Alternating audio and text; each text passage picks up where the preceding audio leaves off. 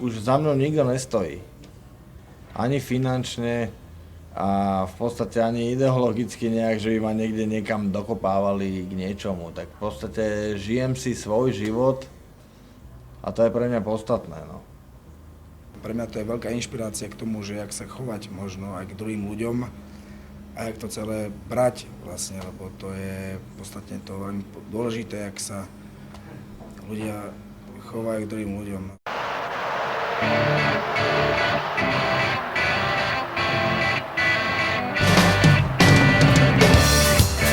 Kde sa cítim najlepšie? Na verande mojej záhrady, prenajatej, a keď tam čumím do blba oproti na kopec. Tým, že už nehrám so žiadnou kapelou, je to iné.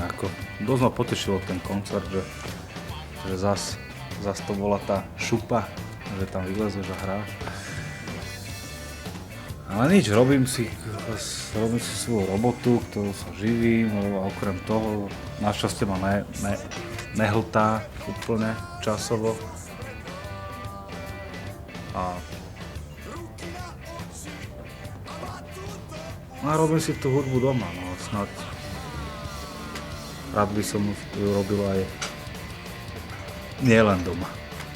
Ťažko by som sa nejak orientoval na nejakú iný druh mojej činnosti v živote. Ako vôbec to ani predstaviť, že by som robil niečo iné ako toto. Sám doma, keď si môžem v mojich nejakej hlave nejak premietať nejaké svoje myšlienky alebo pochody, či už je to z hudobnej branže, alebo to z filmovej, alebo z nejakého okolia, čo som zažil v stánku, že som kupoval nejaký časopis. To je jedno úplne, proste som rád sám doma.